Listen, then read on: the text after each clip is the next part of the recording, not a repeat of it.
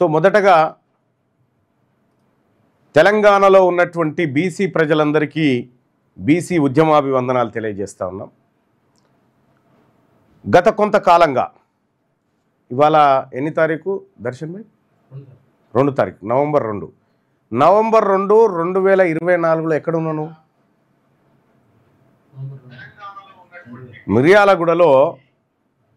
మిర్యాలగూడలో బీసీ గర్జన సభ నిర్వహించినాం. కరెక్ట్గా ఏడాది అయింది. రేపు కార్యక్రమం 1 ఇయర్లో మొట్టమొదటి సభ బీసీ గర్జన కోసం మిర్యాలగూడలో సభ నిర్వహించినాం. ఆ మిర్యాలగూడ సభలో చాలామంది బీసీలను ఒకతాటి మీదకి తెచ్చినాం. తొలి అడుగు అక్కడ పడింది. తొలి అడుగు మిర్యాలగూడలో పడి ఆ తర్వాత వరంగల్ సభ, ఆ తర్వాత అనేకమైనటువంటి రాజకీయ మలుపులు తీసుకుంది ఈ బీసీ ఉద్యమం.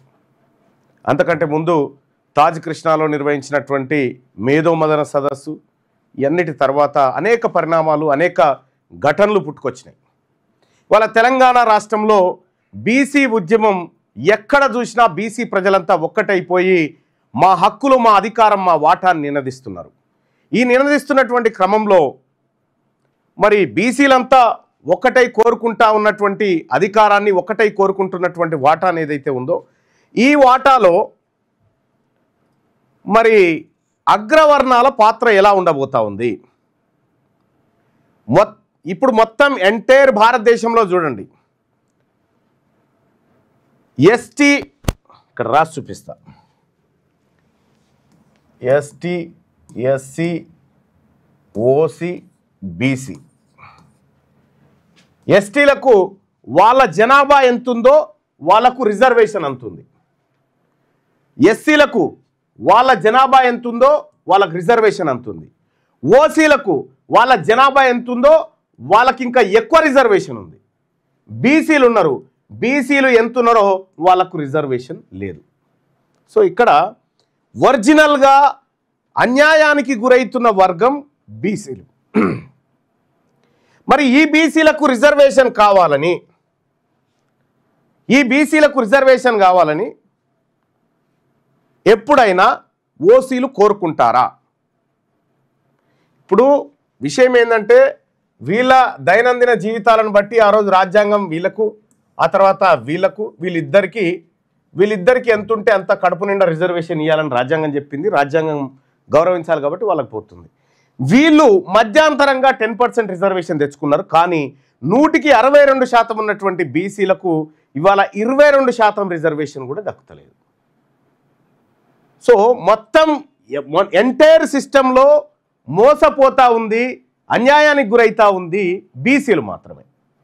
సో మరి ఈ బీసీలకు రిజర్వేషన్ కావాలని మేము కూడా చెప్తా ఉన్నాం. ఎవరెంతో మీది మీరు తీసుకున్నప్పుడు మాది మాకు ఇవ్వచ్చు కదా, మీది మీరు పంచుకున్నప్పుడు మాది మాకు ఇవ్వచ్చు కదా అనేది మా ఆవేదన. సో ఇక్కడ మనం గమనించాల్సినటువంటి కీలకమైనటువంటి పాయింట్ ఏంటంటే, ఈ బీసీలకు రిజర్వేషన్ కావాలని రెడ్లు డిమాండ్ చేస్తారా? డిమాండ్ చేస్తారు. ఎంతసేపు చేస్తారు?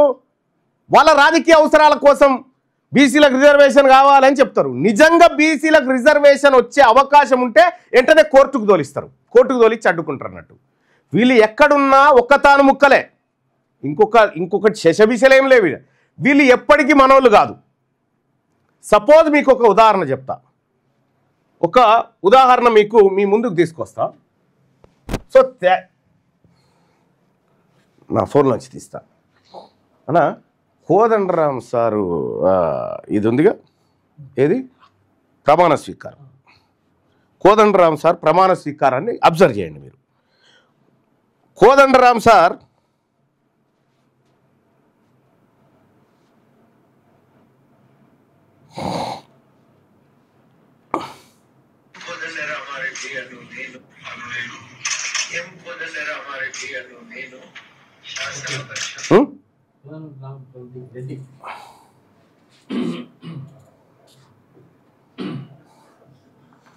ఇక్కడ గమనించాల్సినటువంటి చాలా కీలకమైన పాయింట్ ఏంటంటే,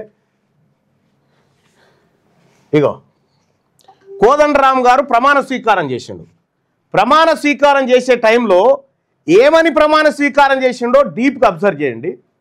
ఆ మైక్ తీసుకురా, ఇంకో మైక్ ఏది నీది కదే చూసిరా. ఎం కోదండరామారెడ్డి అనే నేను అని చేసిండ్రు, కానీ ఆయన ఎప్పుడు కూడా లెటర్ ప్యాడ్లలో ఎక్కడ కూడా ఆ రెడ్డి అనే పదం రానేది, చాలా జాగ్రత్తగా మెయింటైన్ చేస్తూ ఉంటాడు. ఇప్పుడు కోదండరామారెడ్డి సార్ కూడా బీసీ ఉద్యమానికి మద్దతు ఇస్తూ ఉన్నాడు. మరి ఇంకా కొంతమంది బీసీ ఉద్యమానికి అగ్రవర్ణాల వాళ్ళు మద్దతు ఇస్తున్నారు. వీళ్ళని నమ్మొచ్చా లేదా మల్లన్న, జర నువ్వు మార్నింగ్ న్యూస్లో చెప్పు అని చెప్పి ఒక మిత్రుడు విజ్ఞప్తి చేశాను. ఎట్టి పరిస్థితుల్లో నమ్మడానికి వీల్లేదు. వీళ్ళు ఎప్పుడూ మన మంచిని కాంక్షించరు, గుర్తుపెట్టుకోండి. వీళ్ళందరి హిడెన్ ఎజెండా ఒక్కటే, అధికారాన్ని చెలాయించాలి, బీసీలను బానిసలుగా చూడాలనేదే వీళ్ళ హిడెన్ ఎజెండా. కాబట్టి మనం అత్యంత జాగ్రత్తగా పరిశీలించాలి. బీసీలు కానివాడు ఎవడైనా ఈ బీసీల గురించి మాట్లాడుతున్నంటే వాని ఎజెండా వేరే ఉన్నట్టు లెక్క. బీసీలు కానివాడు ఈ బీసీల కోసం మాట్లాడుతున్నాడు అంటే వాని ఎజెండా వేరే అయి ఉంటుంది, గుర్తుపెట్టుకోండి. ప్యూర్గా బీసీలు చేయాల్సినటువంటి ఉద్యమం ఇది, బీసీల చేత నడవాల్సినటువంటి ఉద్యమం ఇది. తెలంగాణ రాష్ట్రంలో 162% ఉన్నటువంటి బీసీలు చాలా క్లియర్గా ఈ మూమెంట్లో ఉన్నారు. ఇవాళ తెలంగాణ రాష్ట్రంలో బీసీలంతా ఒక్కటైనారు. ఈ ఒక్కటైన బీసీల ఓటు బ్యాంకు కోసం దొరబడతారు తప్ప ఇంకొకటి కాదు. ఆంధ్రోలు తెలంగాణ ఉద్యమం చేయడం ఎట్లనో ఈ అగ్రవర్ణాల వాళ్ళు బీసీ ఉద్యమం చేయడం కూడా గట్లే. చూసిరా, రేవంత్ రెడ్డి జీవో ఇచ్చి ఒక్క రెడ్డిని కోర్టుకు పోకుండా ఆపలేకపోయింది, చూసినావా? ఎందుకంటే తోలిచ్చింది వీళ్ళే కాబట్టి. ఇప్పుడు ఈ బీసీ ఉద్యమాన్ని కూడా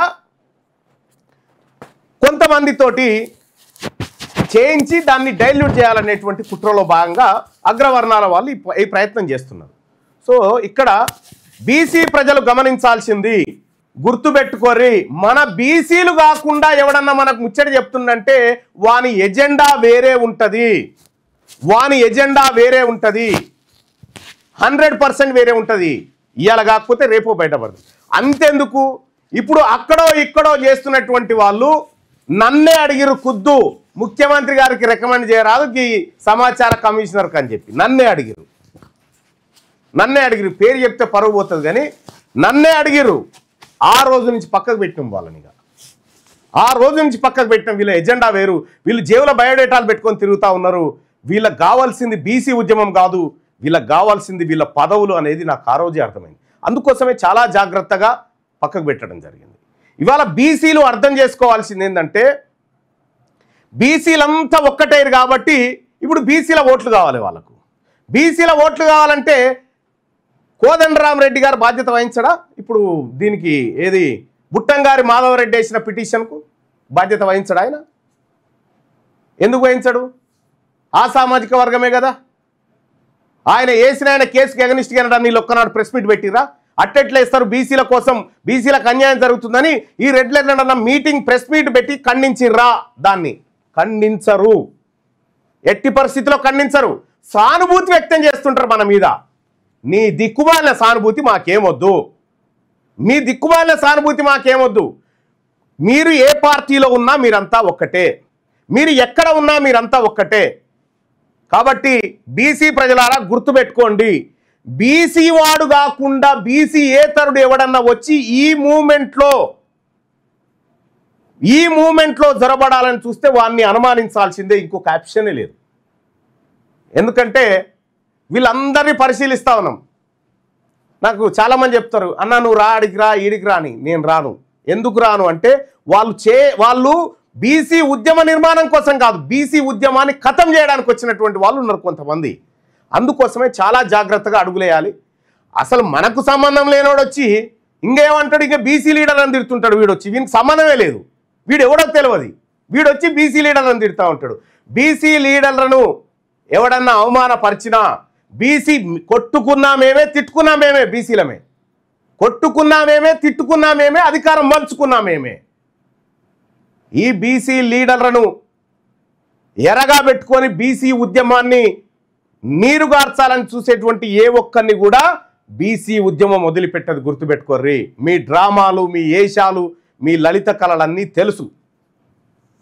నేను ఇప్పటికి కూడా చెప్తా ఉన్నా, బీసీ నాయకులారా, వివిధ రూపాల్లో మీ ప్రదర్శన నిరసన రూపంలో తెలియజేయండి. ఎక్కడున్నా ఈ మూమెంట్ అంతా జరగని, మనం ఏకమవ్వాల్సిన చోట ఖచ్చితంగా ఏకమవుదాం. ఈ మూమెంట్ జరగాలి. ఈ మూమెంట్లోకి అగ్రవర్ణం వాడు వచ్చి కూర్చుందంటే వాని ఎజెండా వేరే ఉంటాడు, వాడు వేరేటువంటి ప్రతినిధి అయి ఉంటాడు. గుర్తుపెట్టుకోండి. ఇది క్లియర్గా ఈ మాట చెప్పాలనుకున్నాను నేను. అందుకోసమే తెలంగాణ రాష్ట్రంలో అలజడి జరగాలి. ఆ అలజడికి ప్రతినిధులు వాళ్ళు కావాలని చూస్తారు, అగ్రవర్ణ పార్టీ కాదు. బీసీల అలజడికి బీసీలే నాయకత్వం వహించాలి. బీసీల ఉద్యమానికి బీసీలే నాయకత్వం వహించాలి. మొన్న నేను పాలమూరు యూనివర్సిటీకి పోయినా. పాలమూరు యూనివర్సిటీలో విద్యార్థులతో ముచ్చట పెట్టిన. ఏంది బీసీ ఉద్యమం ఏందని చెప్తే ఆ పిల్లలకు కూడా ఇంకా అక్కడ వరకు చేరనీయలే వీళ్ళెవరు ఉద్యమాల్ని. అందుకోసమే తెలంగాణ రాష్ట్రంలో ఉన్నటువంటి అన్ని యూనివర్సిటీలు, అన్ని టాప్ ఎడ్యుకేషనల్ ఇన్స్టిట్యూషన్స్ విద్యార్థులతోని ప్రశ్న మీది సమాధానం నాది అని మల్లన్నగా నేను అక్కడికి పోబోతా ఉన్నా. ఈ నెల 4వ తారీఖు ఎల్లుండి 4వ తారీఖు రోజు నల్లగొండలో సమావేశం నిర్వహించబోతా ఉన్నారు ఇంటలెక్చువల్ గ్రూప్. ఆ ఇంటలెక్చువల్ గ్రూప్ సమావేశంలో పాల్గొనబోతా ఉన్నాం. దయచేసి బీసీ ప్రజలారా గుర్తుపెట్టుకోరి, మీరు ఈ పరంపర చూసుకుంటూ వచ్చారు. నేను అధికార పార్టీలో ఉండి నా వర్గాలకు అన్యాయం జరుగుతుందనేటువంటి కుట్రను పసిగట్టి కులగణన పత్రాలను తగలబెట్టినా, నన్ను పార్టీ నుండి సస్పెండ్ చేసినా, నా మీద హత్యాయత్నం చేసినా నేను బీసీ ప్రజల వైపే నిలబడతానికి ఖరాఖండిగా గీత గీసిన. ఇన్ని సంవత్సరాల నుంచి మనమో దిక్కు చెప్తూనే ఉన్నాం, మన శత్రువు ఎవడో చెప్తూనే ఉన్నాము.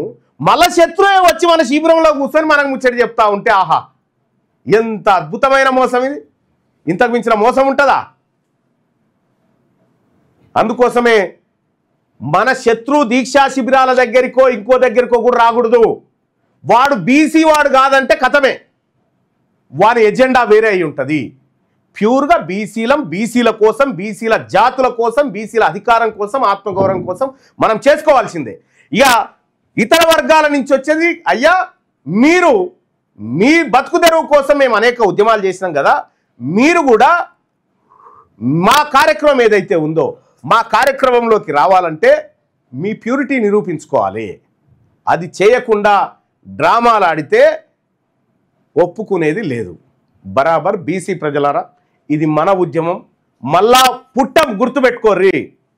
ఈసారి కాకపోతే ఇంకా ఏసారి కాదు, గుర్తుపెట్టుకోండి. మండల్ కమిషన్ ఉద్యమం టైంలో ఏం జరిగిందో మీరు గుర్తుపెట్టుకోర్రి. ఆ రోజు కూడా అగ్రవర్ణాలు ఒక్కటైపోయి ఎంత మోసం చేసినో మీరు గుర్తుపెట్టుకోండి.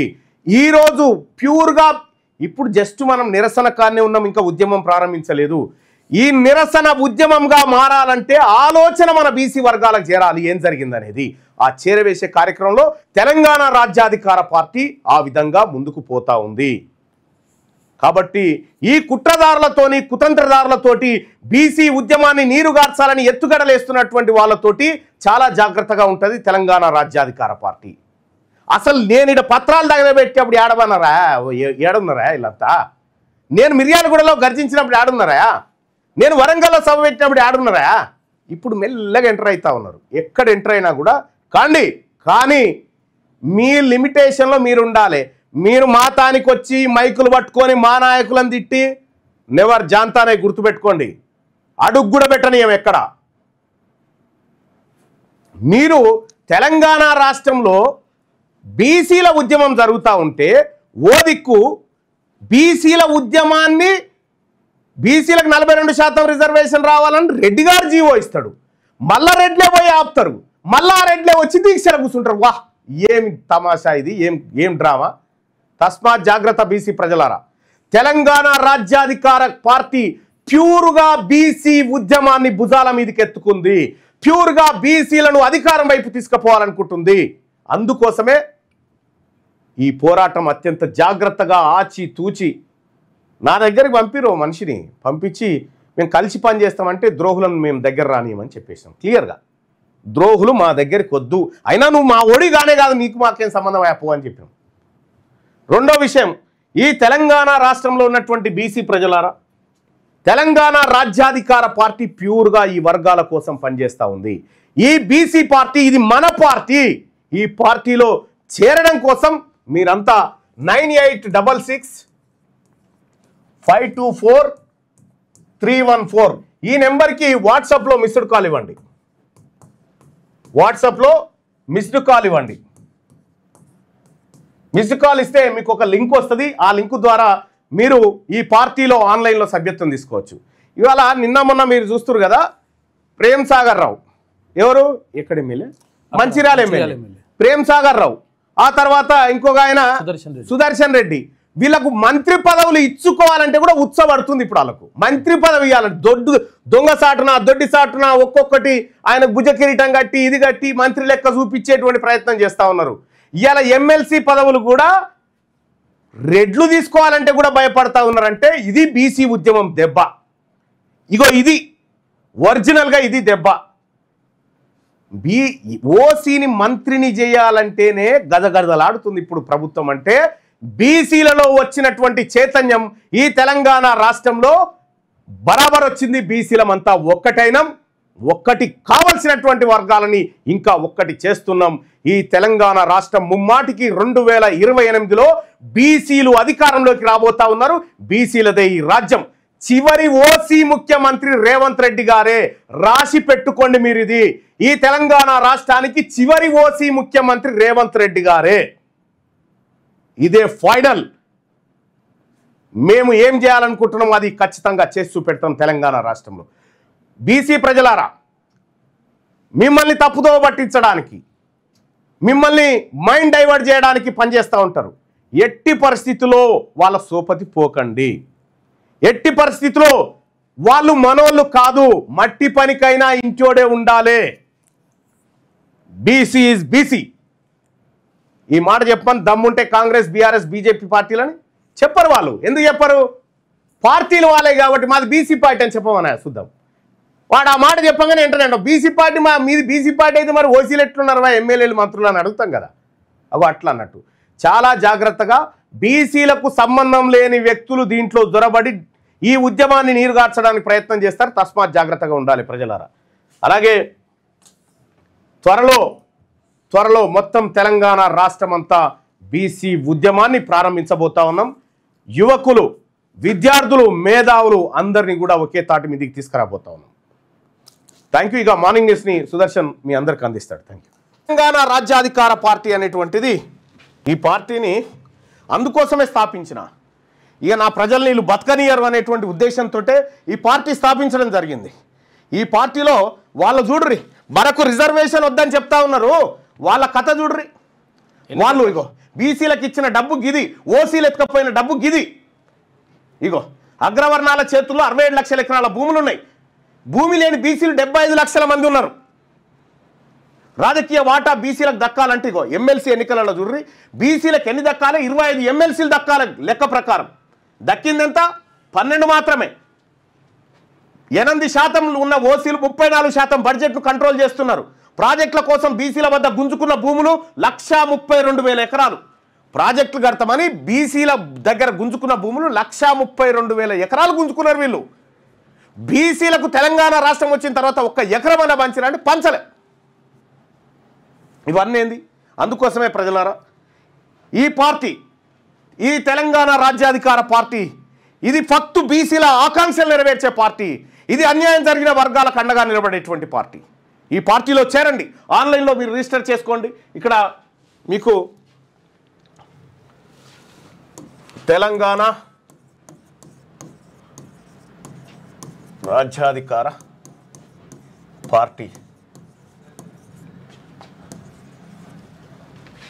చేరాలంటే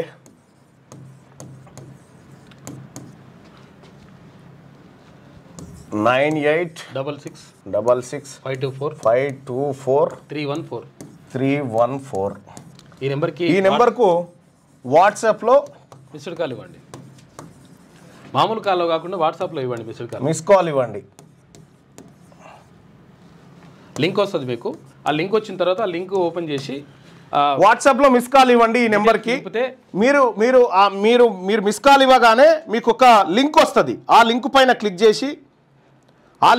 క్లిక్ చేసి మీరు దాంట్లో మన ఇందులో జాయిన్ కావచ్చు. తెలంగాణ రాజ్యాధికార పార్టీలో వెంటనే జాయిన్ కావచ్చు. ఆ లింక్ ద్వారా